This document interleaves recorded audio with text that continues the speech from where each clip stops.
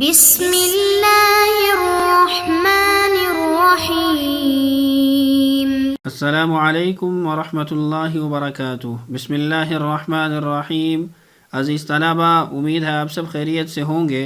آج ہم level number 4 کا سبق نمبر 11 پڑھیں گے، جس کا عنوان ہے خاصیات باب تفاعل، باب انفعال، باب افعلال، باب افعیلال اور باب افعیعال اور باب افعوال۔ ثلاثی مزید فی کے ابواب کی خاصیات کا بیان چل رہا تھا۔ آج ہم اسی سلسلے کو بڑھاتے ہوئے تمام بقیہ ابواب کی خاصیات پڑھیں گے، جس میں سب سے پہلا ہمارا عنوان ہے باب تفاعل۔ تو آئیے اسی سے ابتدا کرتے ہیں اور ایک کے بعد دیگر ان تمام ابواب کی خاصیات آج کے سبق میں جانتے ہیں۔ سب سے پہلا عنوان ہے باب تفاعل کے خواص۔ اصطلاحات کا بیان باقاعدہ طور پر اسباق میں بھی ہو چکا ہے، اور اس سے پہلے جن ابواب کی خاصیات ہم نے پڑھی ہیں وہاں پر بھی ان کو ہم نے مکرر تفصیل کے ساتھ ذکر کیا ہے۔ تو باب تفاعل کی سب سے پہلی خاصیت ہے تکلف۔ تکلف کہتے ہیں کہ فاعل کا ماخذ میں موجودہ صفت کو اپنے اندر بتکلف ظاہر کرنا۔ مثال دیکھیے، تکوف زید، زید بزور کوفی بنا، یعنی حقیقت میں وہ کوفہ کا نہیں تھا لیکن وہ کوفہ کا بنا، تو ماخذ یہاں پہ کوفتن ہے۔ دوسری مثال ہے تشجع عمر، عمر بتکلف بہادر بنا۔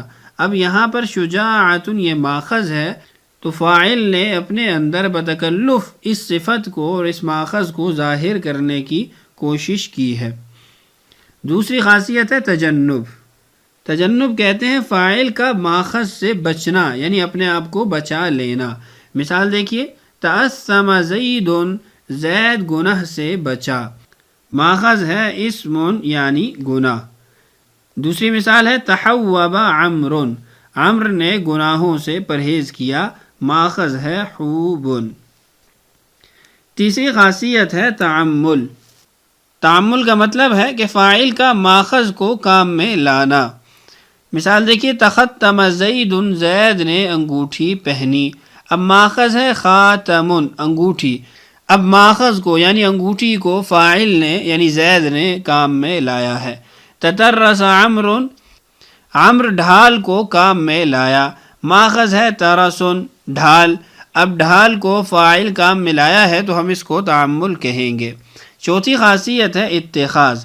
اتخاذ کے بارے میں ہم نے کہا تھا فاعل کا ماخذ کو اختیار کر لینا، ماخذ کو لے لینا یا کسی چیز کو ماخذ بنانا۔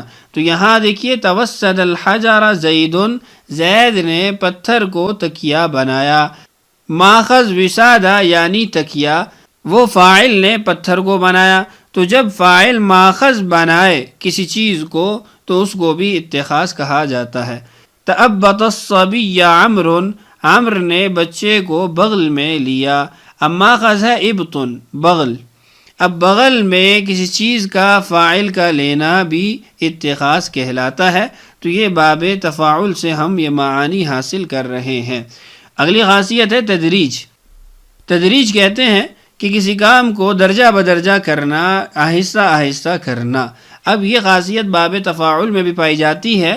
مثال دیکھیے، تجرع زید، زید نے گھونٹ گھونٹ پیا، یعنی آہستہ آہستہ پانی کو پیا، درجہ بدرجہ اس کو پیا، ماخذ ہے جرعۃ گھونٹ۔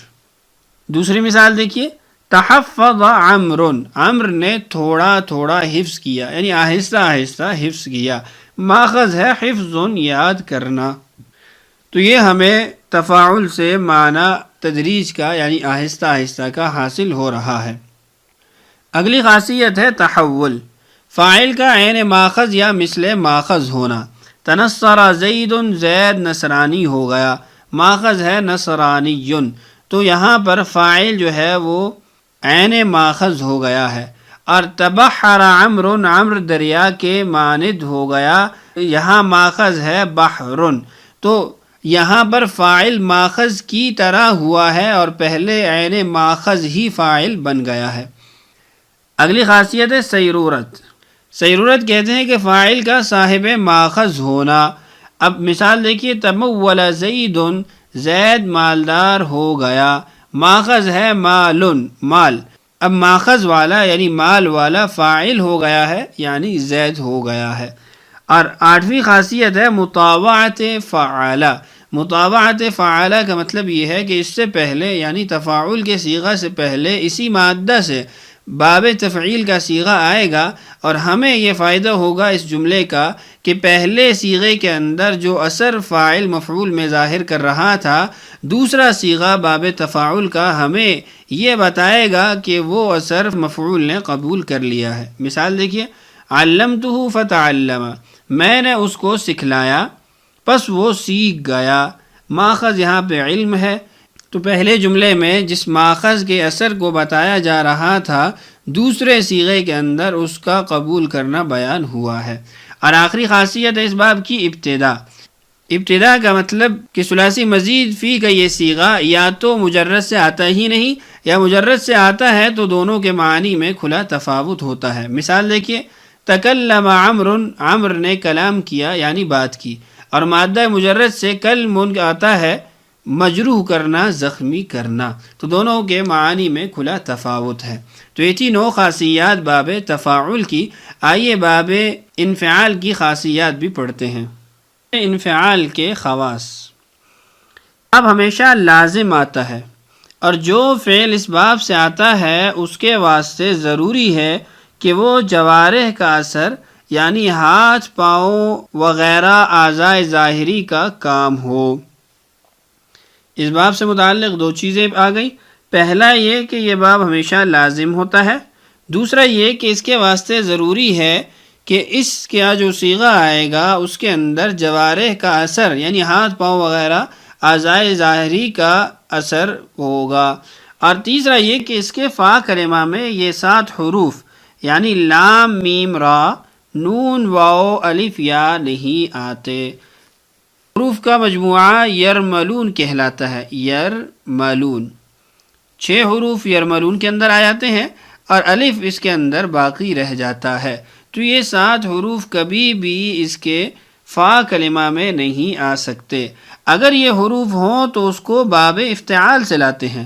یعنی اگر مثال کے طور پر کسی کے ثلاثی مجرد کے اندر فا کلمہ میں ان 7 حروف میں سے کوئی حرف پایا جا رہا ہے تو ہم پھر اس کو باب انفعال سے نہیں لائیں گے بلکہ باب افتعال سے لائیں گے.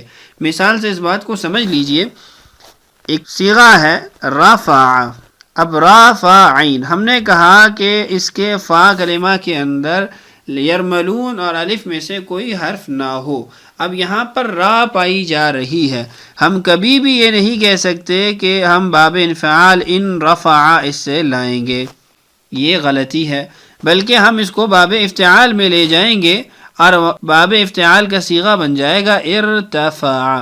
اسی طریقے سے نقالہ ہے. اب نقالہ کے اندر فا کلمہ میں نون ہے تو ہم اس کو باب انفعال میں منتقل نہیں کر سکتے بلکہ ہم انفعال کا معنی حاصل کرنے کے لیے باب افتعال میں لے جائیں گے اور ان تقالہ کو استعمال کریں گے. تو اس باب سے متعلق 3 چیزیں ہم نے پڑھ لی.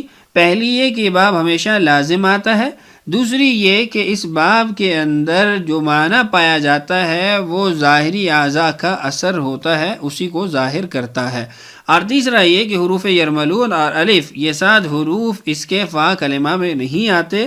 اگر آئیں گے تو ہم اس کو باب افتعال میں منتقل کر دیں گے. اس کے بعد خاصیات دیکھیے اس باب کی. پہلی خاصیت ہے لزوم و علاج. لزوم کہتے ہیں کہ باب کا فعل لازم کے قبیل سے ہونا، اور علاج کا مطلب یہ ہے کہ فعل کے معنی کا ظاہری اعضاء کے ساتھ منسلک ہونا، اس اثر کا ظاہر ہونا. مثال دیکھیے، انکسار ٹوٹنا. اب ٹوٹنا فعل لازم ہے اور اسی طریقے سے ٹوٹنے کا عمل جو ہے وہ انسان کے اعضاء سے ہی صادر ہوتا ہے. دوسری خاصیت ہے مطاوعت فعال و افعال، یعنی اس سے پہلے فعال اور افعال اگر آئے گا تو ہمیں مطاوعت کا معنی حاصل ہو جائے گا. مطاوعت کس کو کہتے ہیں یہ ہم اس سبق میں بھی پڑھ چکے ہیں، پہلے بھی پڑھ چکے ہیں. مثال دیکھیے، کسرتہ فانکسر، میں نے اس کو توڑا تو وہ ٹوٹ گیا. اغلقت الباب فانغلق، میں نے دروازہ بند کیا تو دروازہ بند ہو گیا. تیسری خاصیت ہے ابتدا. مثال دیکھیے انطلقا وہ لمبے لمبے قدم رکھ کر چلا، مادہ مجرد ہے طلقا وہ ہنس مکھ ہوا. دونوں کے معنی میں کھلا تفاوت ہے جس کی وجہ سے اس کو ابتدا کہا جاتا ہے. تو یہ تھے باب انفعال کی خاصیات. آئیے اگلے باب کی خاصیات جانتے ہیں. باب افعلال اور باب افعیلال کی خاصیات مشترک ہیں. اس باب کی پہلی خاصیت ہے مبالغہ لون و عیب. وہی خاصیت ہے جو پچھلے باب کی تھی کہ مبالغہ پایا جاتا ہے رنگ اور عیب کے معنی کے اندر. مثال دیکھیے احدو دابا بہت کوزہ پشت ہوا. مطلب یہ ہے کہ بہت ہی زیادہ کبڑا ہے، ٹیڑھی کمر والا ہے. اب عیب ہے اور اس کے اندر معنی بھی مبالغتاً پایا جا رہا ہے. تنبیہ، اس باب میں لزوم غالب ہے اور مبالغہ لازم ہے. یعنی اس باب کا لازم ہونا یہ غالب ہے اور معنی مبالغہ کے ساتھ پائے جانا یہ لازم ہے. باب افعوال ثلاثی مزید فیہ کا آخری باب ہے. اس کی خاصیت ہے اقتضاب. اقتضاب کے بارے میں ہم نے کہا تھا کہ ایسی بنا جس کی کوئی اصل اور مثل موجود نہ ہو اور وہ بنا حروف الحاق اور حروف زائد للمعنی سے بھی خالی ہو. اب مثال دیکھیے اجلوزا تیزی سے دوڑا. اب اس لفظ کی کوئی اصل نہیں ہے، کوئی ثلاثی مجرد کا صیغہ نہیں ہے. تنبیہ، یہ باب اکثر لازم ہوتا ہے. تو آج کے سبق کے اندر ہم نے باقی رہ جانے والے ثلاثی مزید فیہ کے ابواب کی خاصیتیں پڑھی ہیں. ابواب کی تعداد 6 تھی. تو آج کا ہمارا سبق مکمل ہوا. امید ہے سبق آپ کو اچھے طریقے سے سمجھ آیا ہوگا. اللہ تعالیٰ سے دعا ہے اللہ تعالیٰ ہمارے لیے سمجھنا اور سمجھانا آسان کرے. اللہ تعالیٰ ہم سب کا حامی و ناصر ہو. آج کے لیے اتنا ہی کافی ہے. اجازت دیجیے. السلام علیکم ورحمۃ اللہ وبرکاتہ.